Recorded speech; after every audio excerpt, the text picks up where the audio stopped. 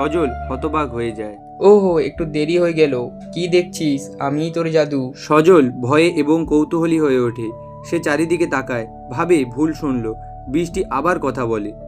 কে কথা বললো? তুমি তুমি তো শুধু একটা বীজ।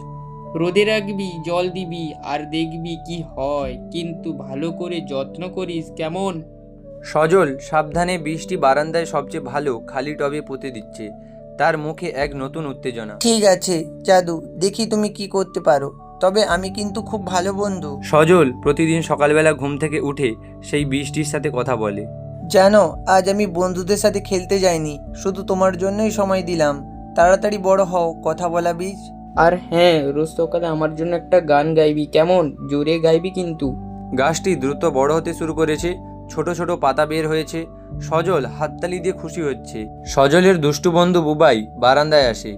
বুবাই গাছটিকে দেখে হাসে আর হাত বাড়িয়ে গাছের একটা পাতাকে ছিঁড়তে চায়।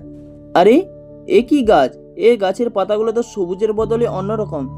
চল একটা ছিঁড়ে দেখি কি হয়। তৎক্ষণাৎ সজল দ্রুত বুবাইকে বাধা দেয়। না বুবাই, একদম না। এটা আমার জাদুর গাছ, তুমি ওকে ছুতে পারবে না। ছিঁড়লে কিন্তু খারাপ হবে বলে দিচ্ছি। ওরে বাবা, এত রাগ!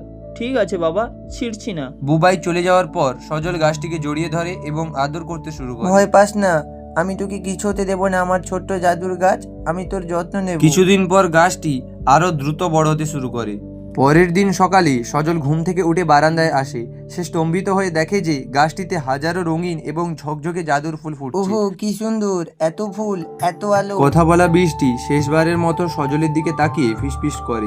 সজলের মুখে তখন বিজয়ের হাসি ফুটছে।